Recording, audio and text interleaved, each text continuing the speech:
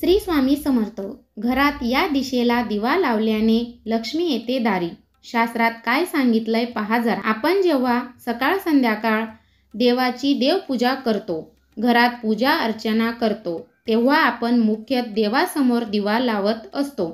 देवासमोर दिवा लावताना काही गोष्टीकडे लक्ष देणे अत्यंत आवश्यक असते आणि या गोष्टींची काळजी घेणे सुद्धा आवश्यक असते. आपण देवपूजा करताना सर्वात आधी दिवा लावतो, कारण दिवा लावल्याशिवाय आपण केलेली कोणतीही पूजा अपूर्ण असते. आपण जी काही पूजा करतो ती सर्व भगवंतापर्यंत पोहोचण्याचे कार्य हा आपला दिवाच करत असतो. म्हणून देवपूजा करण्यापूर्वी सर्वात आधी दिवा लावावा. देवघरात दिवा लावल्याने घरातील नकारात्मक ऊर्जा नष्ट होतात.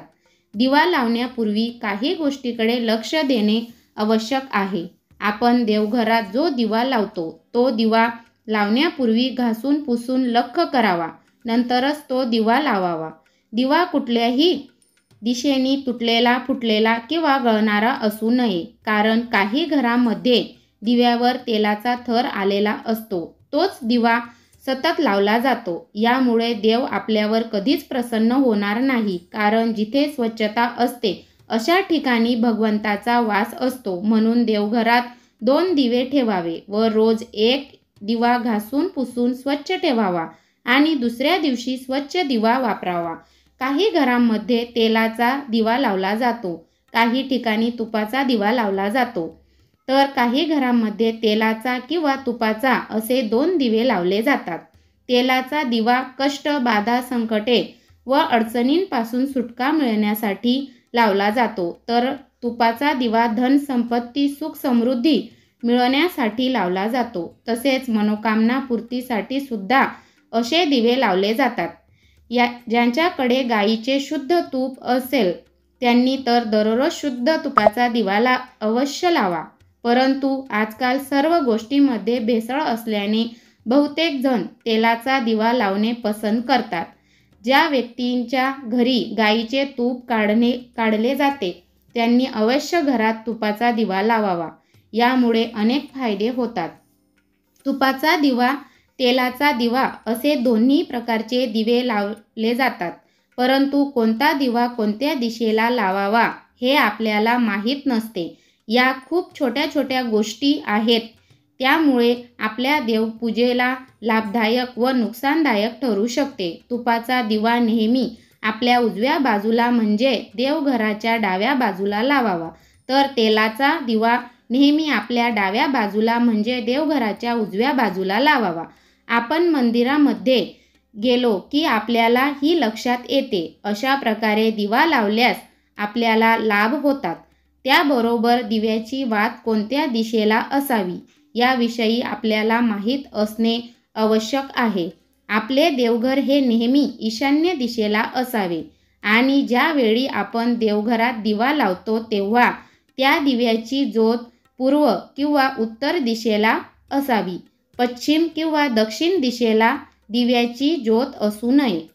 पूर्व किंवा दक्षिण दिशेला दिव्याची ज्योत असल्यास धनप्राप्तीचे योग बनतात व आपल्या मनोकामनाची पूर्ती होते. चुकीच्या दिशेला दिव्याची ज्योत लावल्यास आपल्याला कोणत्याही प्रकारचा फायदा होत नाही.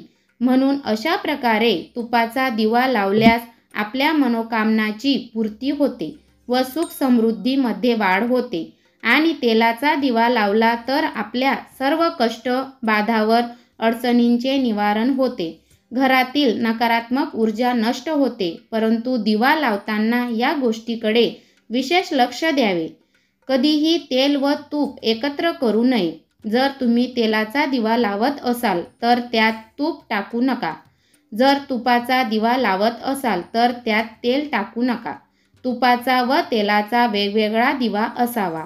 जे व्यक्ती नियमितपणे देवाजवळ दिवा लावतात त्यांना नक्कीच समृद्धी मिळते व त्यांच्या कष्टाचे निवारण होते. परंतु या गोष्टीकडे लक्ष द्यावे की कोणतीही कार्य करताना नियमपूर्व व योग्य पद्धतीने केले तर त्याचे फळ आपल्याला नक्कीच प्राप्त होते.